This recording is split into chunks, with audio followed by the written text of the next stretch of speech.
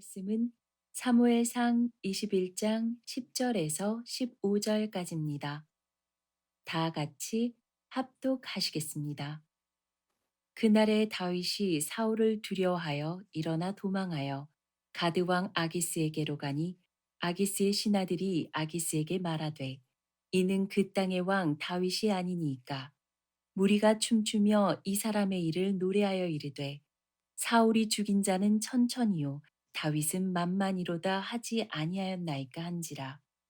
다윗이 이 말을 그의 마음에 두고 가드 왕 아기스를 심히 두려워하여 그들 앞에서 그의 행동을 변하여 미친 채 하고 대문짝에 그적거리며 침을 수염에 흘리매 아기스가 그의 신하에게 이르되 너희도 보거니와 이 사람이 미치광이로다. 어찌하여 그를 내게로 데려왔느냐? 내게 미치광이가 부족하여서 너희가 이 자를 데려다가 내 앞에서 미친 짓을 하게 하느냐? 이 자가 어찌 내 집에 들어오겠느냐 하니라. 아멘. 아멘. 할렐루야. 네, 우리 앞뒤장으로 한번 인사하시겠습니다. 이기고 승리합시다. 서로 한번 인사하시겠습니다. 이기고 승리합시다. 네. 한 양치기가 있었습니다. 이 양치기는 매일 아침 연한 풀을 가지고 우리로 들어갔습니다. 사람들은 이것을 매우 궁금하게 여겼습니다. 그래서 하루는 그 마을 주민 중에 한 사람이 이 양치기를 따라 들어간 것입니다. 양치기는 다리가 부러진 양에게 풀을 먹이고 있었습니다. 어쩌다가 양이 다리가 부러졌습니까? 사나운 짐승에게 물린 것입니까? 근데 양치기는 태연한 표정으로 아닙니다. 제가 부러뜨렸습니다. 아니 왜 멀쩡한 양의 다리를 부러뜨리십니까? 양치기는 양을 쓰다듬으며 이렇게 말합니다. 이 양은 자꾸만 길을 잃어버립니다. 이 양은 내가 가까이 가면 슬금슬금 도망가 버립니다. 이 주변에는 사나운 짐승들이 많습니다. 그래서 이 양을 보호하기 위해서 어쩔 수 없이 제가 다리를 부러뜨렸습니다. 이렇게 매일 음식을 먹으면서 정을 쌓아가고 있습니다. 이 양이 제가 목자인 줄 알아볼 때까지 제가 이렇게 할 것입니다. 여러분, 거친 사랑이라는 말을 아시죠? 사랑은 사랑인데 거친 사랑입니다. 하나님은 사랑하는 사람일수록, 귀하게 사용하려고 하는 사람일수록 철저하게 훈련을 시키십니다. 하나님의 사랑의 특성 가운데 한 가지는 훈련입니다. 하나님은 우리를 훈련하게 하시고 연단하게 하시고 단련하게 하시는 분이 우리 하나님이십니다. 그래서 장성한 자가 되도록 만들어 가십니다. 훈련과 연단 없이 왕이 되었고, 그래서 쉽게 부패하였던 사울 왕을 보시면서 하나님은 다윗을 사울과는 다르게 다루십니다. 다윗은 너무 어린 나이에 성공을 맛보았습니다. 영광을 한 몸에 받았습니다. 승리와 성공이 그를 따라다녔습니다. 그러나 이것으로 인해서 다윗이 치러야 할 대가는 너무나도 컸습니다. 사울왕의 시기와 질투 때문에 다윗은 사울을 피하여 도망을 다녀야 했고 거친 광야로 내쫓기게 되었습니다. 하나님께서는 다윗을 그 영광스러운 자리, 그 성공의 자리에서 끌어내리셔서 광야로 이끌어 가셨습니다. 다른 말로 하면 하나님께서 강제적으로 다윗을 광야 학교에 입학을 시킨 것입니다. 고통스럽지만 광야 학교는 하나님께 쓰임받는 사람들이라면 꼭 거쳐야 될 과정과 같습니다. 우리가 초등학교, 중학교, 고등학교를 거치듯이 하나님의 사람들은 이 광야 학교를 거쳐야만 합니다. 광야 학교에서 하나님의 사람은 위대하게 만들어집니다. 여기서 하나님을 의지하는 법을 배웁니다. 여기서 하나님의 마음을 알게 됩니다.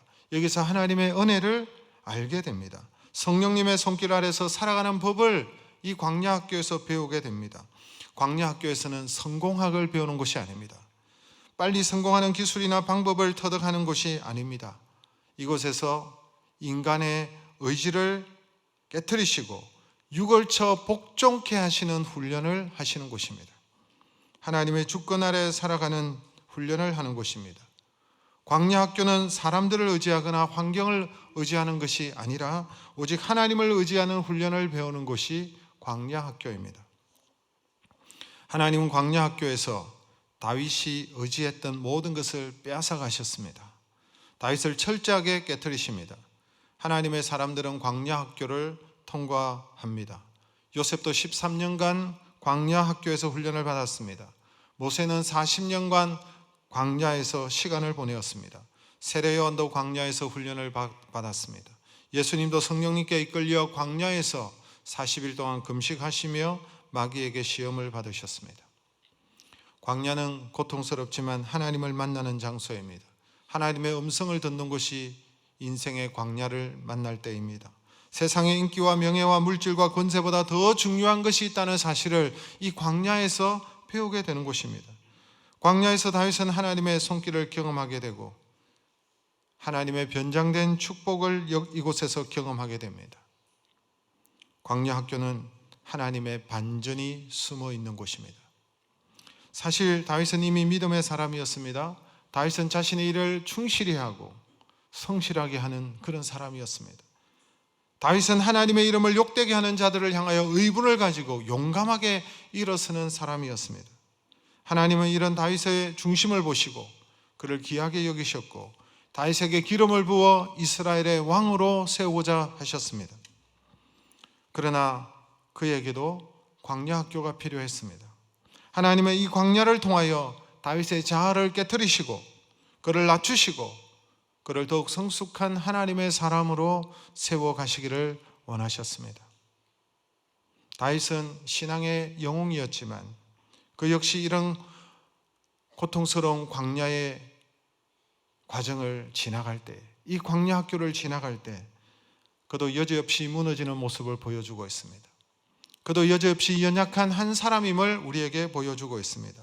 광야 학교를 지나갈 때 휘청거리고 두려워하고 연약한 한 인간의 모습을 절실하게 보여주고 있습니다. 이 다윗의 연약함을 성경은 아주 길게 이 광야 학교에서 그가 거쳐갔던 그 과정을 아주 길게 설명하고 표현하고 있습니다. 먼저 우리 광야 학교를 지나갈 때 이 다윗의 연약한 모습을 우리가 한번 보기를 원합니다. 다윗은 죽음을 두려워했습니다. 집요하게 추적하는 사울 왕의 위협 앞에 다윗은 두려워하고 도망쳤습니다. 계속해서 도피하는 그런 신세가 되는 것을 볼 수 있습니다. 다윗은 누구보다도 사울 왕에게 충실한 신하였고 사울 왕의 사위였고 그러나 사울의 시기와 질투 때문에 다윗은 도망을 가야 했고 사울은 그를 죽이려고 추적하였습니다. 다윗을 향하여 단창을 2번이나 던진 적이 있습니다. 사무엘상 19장 10절 말씀 같이 읽습니다. 사울이 단창으로 다윗을 벽에 박으려 하였으나 그는 사울의 앞을 피하고 사울의 창은 벽에 박힌지라 다윗이 그 밤에 도피하매. 다윗을 향하여 단창을 들어 그를 벽에 박으려고 할 때에 간신히 피하여 그 밤에 도피하는 것을 볼 수가 있습니다. 그 밤에 도피해서 갔던 곳이 바로 사울의 딸인 또 자신의 아내인 미갈의 집으로 도피하였습니다. 그런데 그곳까지 사울은 추적해 왔고 다윗은 이 아내를 떠나 또 도망해야만 했습니다. 사무엘상 19장 12절 말씀, 미갈이 다윗을 창에서 달아내리매 그가 피하여 도망하니라. 창에 줄을 타고 내려가서 또 도망하고 있습니다. 그래서 다윗이 도망하여 간 곳이 라마라는 곳입니다. 라마는 어떤 곳입니까? 라마는 사무엘 선지자가 있는 곳입니다. 사무엘은 다윗에게 기름을 부었던 선지자요 그의 영적인 스승이었습니다. 그런데 그곳까지 사울은 다윗을 추적해 왔습니다. 그래서 다윗은 또 사울 왕을 피하여 또 도망합니다. 사무엘상 20장 1절의 말씀 같이 읽습니다. 다윗이 라마 나이옷에서 도망하여 와서 요나단에게 이르되 내가 무엇을 하였으며 내 죄악이 무엇이며 내 아버지 앞에서 내 죄가 무엇이기에 그가 내 생명을 찾느냐.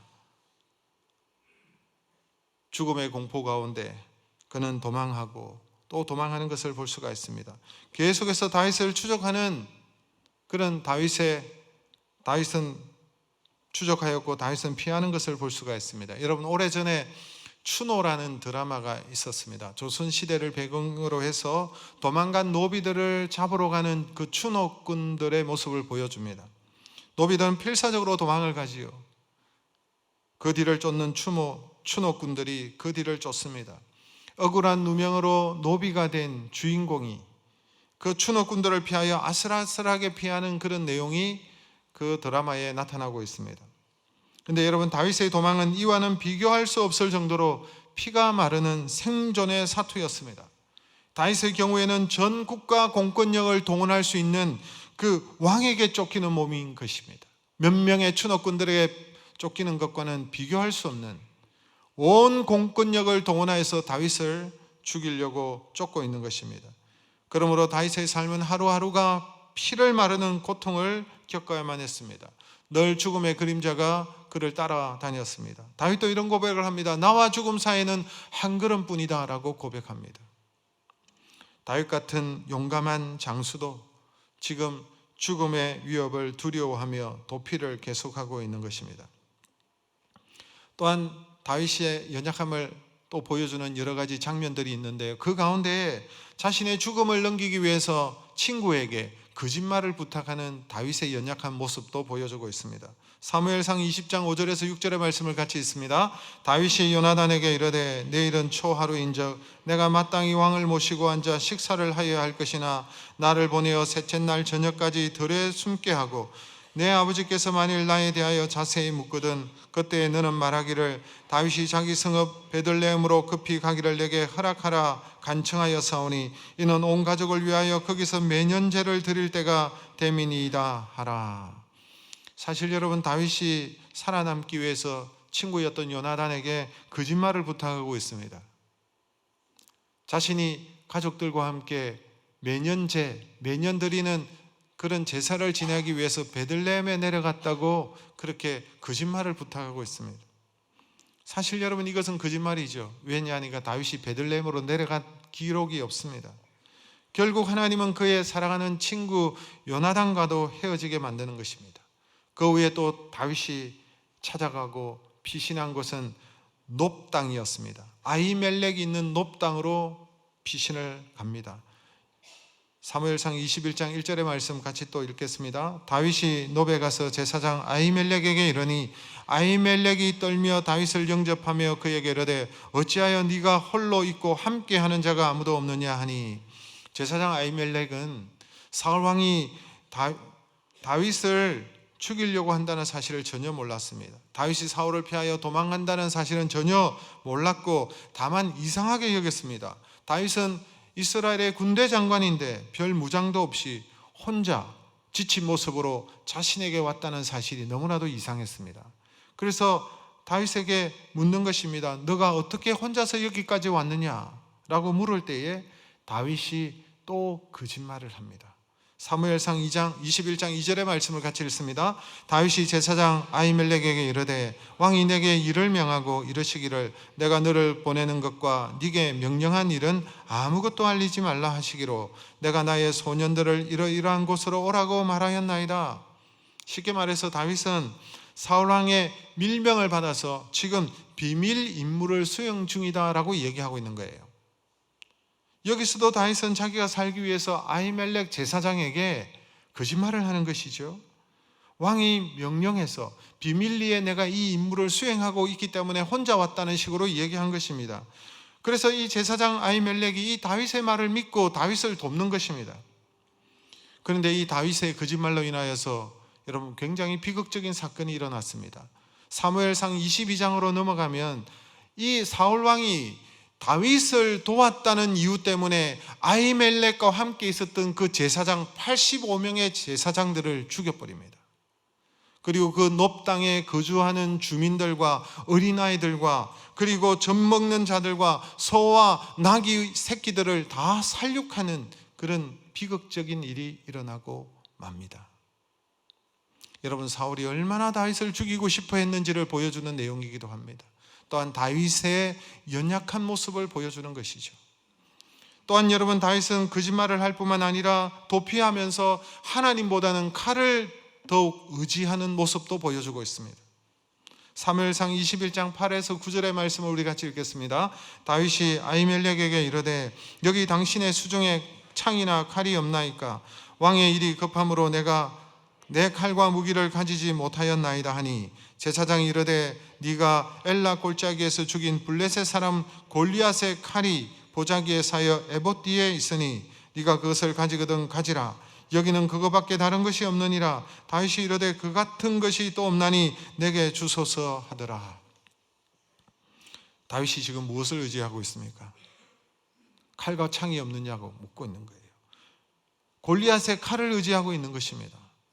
그가 하나님을 의지했을 때는 물맷돌 5개로도 담대했던 것을 볼 수가 있습니다. 창금 없이 골리앗을 쓰러뜨렸습니다. 그런데 지금 다윗은 하나님과 교제하지 못하고 하나님을 의지하지 못하고 두려워하고 골리앗의 칼을 의지하는 것을 볼 수가 있습니다. 여러분, 우리의 안전이 어디에 있습니까? 우리를 보호하는 것이 무엇입니까? 우리의 안전과 우리의 보호함이 칼에 있는 것입니까? 우리의 안전이 사람의 손에 달려 있습니까? 우리의 안전은 하나님께 있는 줄로 믿습니다. 위기에 처할수록 다윗은 더욱 기도했어야만 했습니다.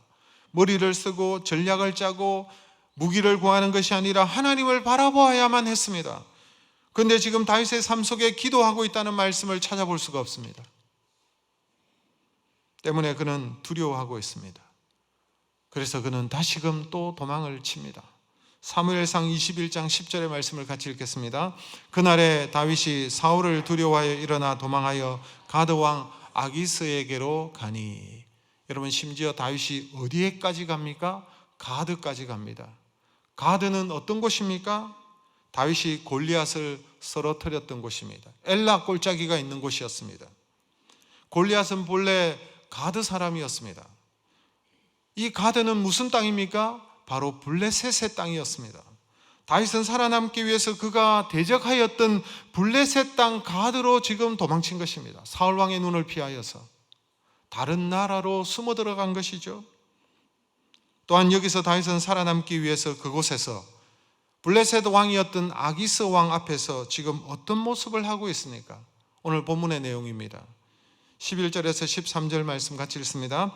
아기스의 신하들이 아기스에게 말하되 이는 그 땅의 왕 다윗이 아니니까 무리가 춤추며 이 사람의 일을 노래하여 이르되 사울의 죽은 자는 천천히요 다윗은 만만히로다 하지 아니하였나이까 한지라. 다윗이 이 말을 그의 마음에 두고 가드 왕 아기스를 심히 두려워하여 그들 앞에서 그 행동을 변하여 미친 채 하고 대문짝에 거적거리며 침을 수염에 흘리매. 여러분, 다윗이 두려워하여서 사울왕을 두려워하여 사울왕을 피하여 블레셋으로 왔는데 이 블레셋 왕 아기스를 또한 두려워하여서 지금 어떤 짓을 하고 있습니까? 미친 채 하고 있는 거예요. 미치광이 짓을 하고 있는 것입니다. 이러한 다윗의 모습을 본 블레셋 왕 아기스가 뭐라고 말하고 있습니까? 14절에서 15절 말씀입니다. 아기스가 그의 신하에게 이르되 너희도 보거니와 이 사람이 미치광이로다. 어찌하여 그를 내게로 데려왔느냐? 내게 미치광이가 부족하여서 너희가 이 자를 데려다가 내 앞에서 미친 짓을 하게 하느냐? 이 자가 어찌 내 집에 들어오겠느냐 하니라. 다윗이 여러분 블레셋에 의지하여서 살아남기 위해서 들어간 것입니다. 그런데 두려운 마음이 들어서 미친 채 하는 거예요. 미친 사람은 죽이지는 않습니다. 여러분, 다윗의 이 모습을 보면서 무엇을 생각할 수가 있습니까? 얼마나 치욕적입니까? 다윗은 지금 무너지고 있습니다. 다윗은 지금 휘청거리고 있습니다. 다윗은 지금 두려워하고 있습니다. 살기 위하여 거짓말을 하고 있습니다. 하나님보다 칼을 더 의지하고 있습니다. 살아남기 위하여 미친 사람처럼 행동하고 있습니다. 누가 다윗에게 돌을 던질 수가 있습니까? 사실은 여러분 연약한 우리의 모습 아닙니까? 이 모습이 우리의 모습입니다. 다윗은 광야 학교에서 이 고통스러운 학교에서 여지없이 무너지고 있는 것입니다. 하나님은 이런 연약한 다윗을 긍휼히 여기십니다. 이 혼란스러운 순간에 이 치욕적인 상황 속에서도 하나님은 이 다윗을 지켜보고 계신 거예요. 하나님은 이 광야 학교를 통해서 다윗이 의지하고 있었던 그 기둥들을 흔들어 버리십니다. 다윗이 의지했던 그 기둥을 제거하고 있으신 것이었습니다. 왜 그렇습니까? 온전히 하나님을 의지하는 훈련을 시키시기 위해서 그렇습니다. 다윗이 의지했던 기둥들이 무엇입니까? 다윗의 높은 위치였습니다. 다윗은 골리앗을 쓰러뜨리고 난 다음에 군대 장관이 되었습니다. 그런데 사울왕의 시기를 받으면서 하루아침에 천부장으로 강등되고 이제는 쫓기는 신세가 되었습니다. 군대 장관이었던 그 위치에서, 그 직위에서 떠나야만 했습니다. 그 영예스러운 자리에서 그는 물러나야만 했습니다. 혹시 여러분 가운데서도 그런 경험을 하신 분이 없습니까? 그렇게 자랑스러웠던 신분과 위치였는데 하루아침에 그 자리를 떠나야만 하는 경험들을 하신 분들이 계실 것입니다. 혹시 그것을 하나님의 손길로 생각해 보신 적은 없으십니까?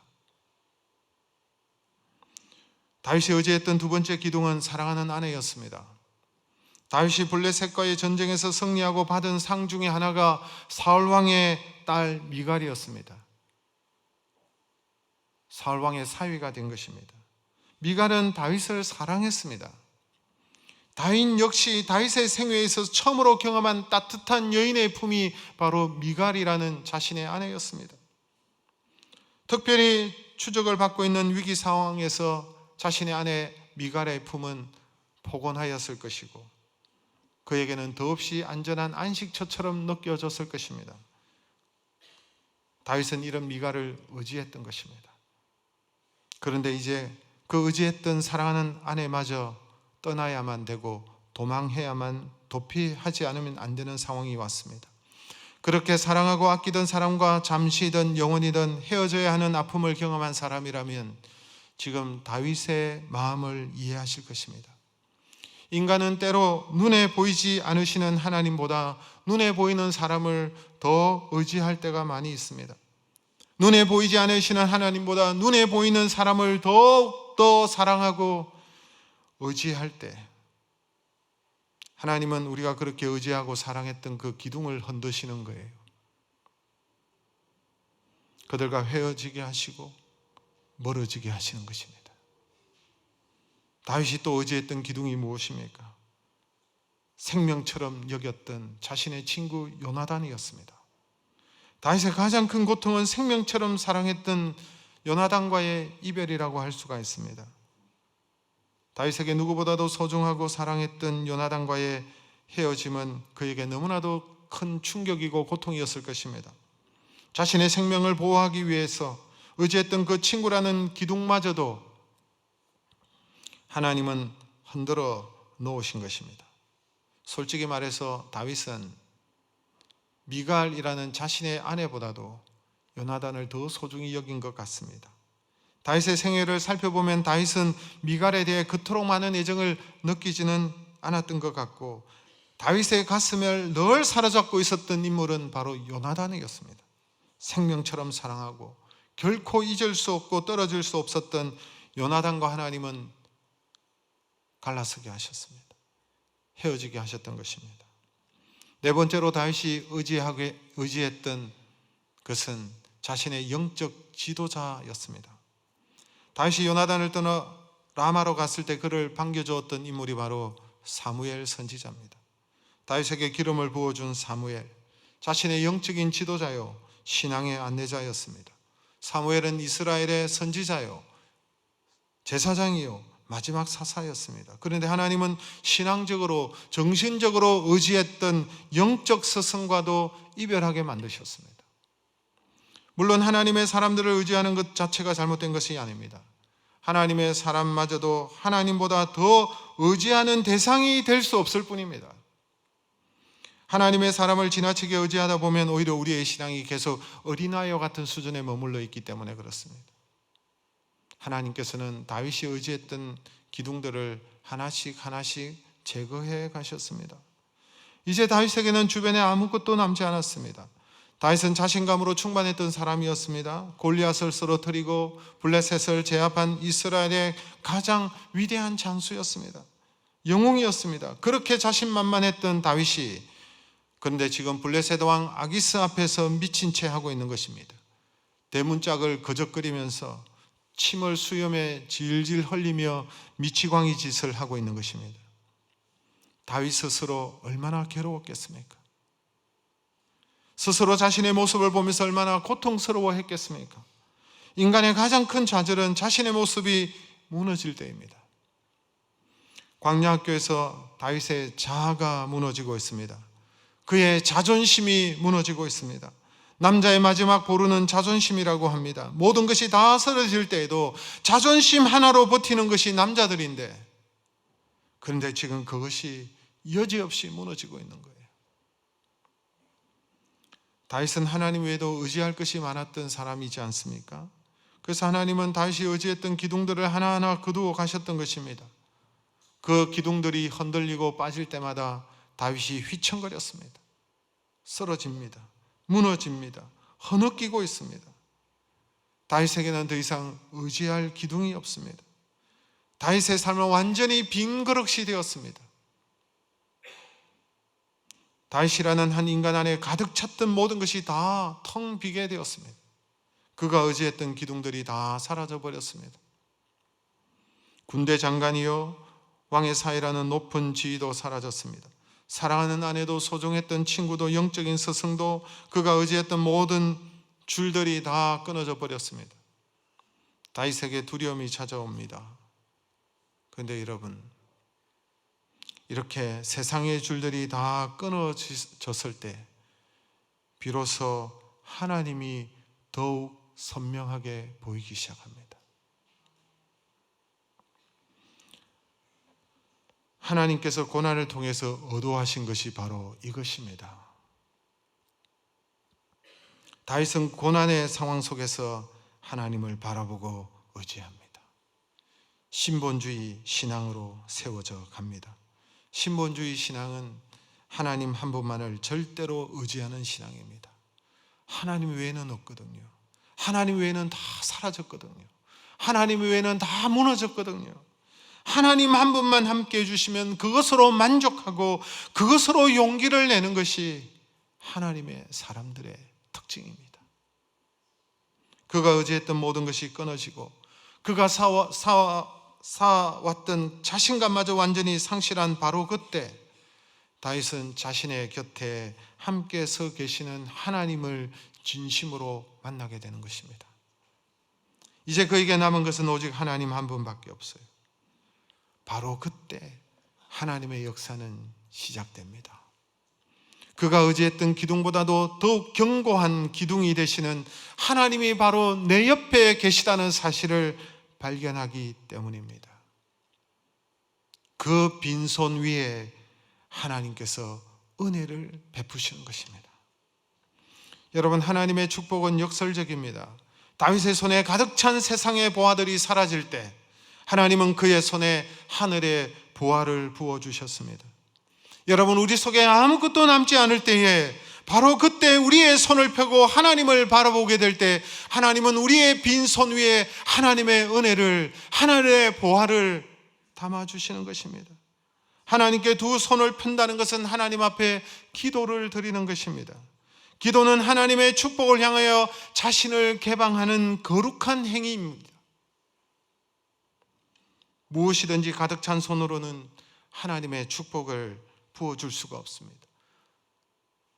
내가 보화로 여기는 것을 꼭 쥐고 있는 이상은 이 손에 아무것도 하나님께서 쥐어 주실 수가 없기 때문에 그런 것입니다.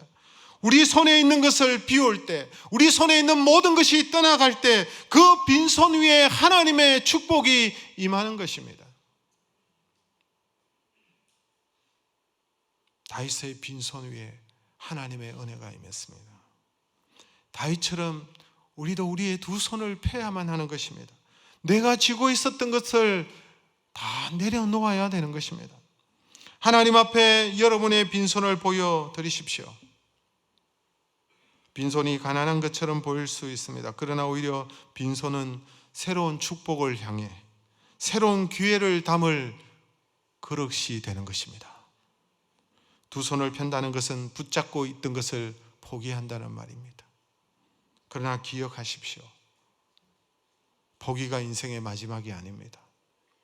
오히려 포기란 창조적인 개방성을 의미하는 것입니다. 빈손은 창조적인 개방성이요, 하나님께 긍휼을 받고자 나아가는 거룩한 행위라는 사실입니다.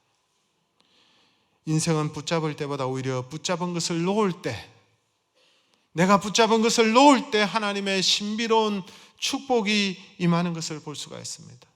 아브라함이 갈대아 우르를 포기하고 떠나는 날이 축복의 날이었습니다. 아브라함이 백세에 얻었던 그 이삭이라는 아들을 하나님 앞에 내어놓을 때 하나님 앞에 바치는 날이 축복의 날이었습니다. 모세가 화려한 궁전을 떠나는 그 날이 영광의 날이었습니다. 사렙다 과부가 마지막 빵가루와 기름병 한 방울의 기름을 하나님의 사람 엘리야에게 드릴 때에 그것을 포기하는 날이 기적을 체험하는 날이었습니다. 옥합을 깨트려 아낌없이 하나님 앞에 붓는 그 생명과 같은 옥합을 깨트리는 그 날이 그 여인에게 축복의 날이었습니다. 하나님은 우리를 비우십니다. 우리를 비우고 또 비우게 하셔서 철저히 하나님만을 의지하게 하십니다. 인본주의적인 삶이 아니라 신본주의적 삶을 살게 하십니다. 그러기 위해서는 고난의 학교는, 광야의 학교는 필수입니다. 그 광야라는 연단을 통하여 우리를 시련시키시기 때문에 그렇습니다. 단련토록 하시기 때문입니다. 사랑하는 성도 여러분, 하나님은 우리에게 고난을 허락하셨더라도, 우리에게 광야라는 학교에 강제로 입학시키셨더라도 성숙한 사람이 되기를 바라십니다. 사랑하는 성도 여러분, 고난의 한가운데 계십니까? 광야의 학교에 서 있습니까? 그 가운데 나를 연단하시는 하나님의 그친 사랑을 경험하십시오. 그리고 감내하십시오. 그리고 인내하십시오. 믿음으로 걸어가십시오. 그래서 다윗처럼 성숙한 사람, 그래서 승리하고, 그래서 하나님 앞에 쓰임받는 복된 인생들이 되시기를 주님의 이름으로 축복합니다.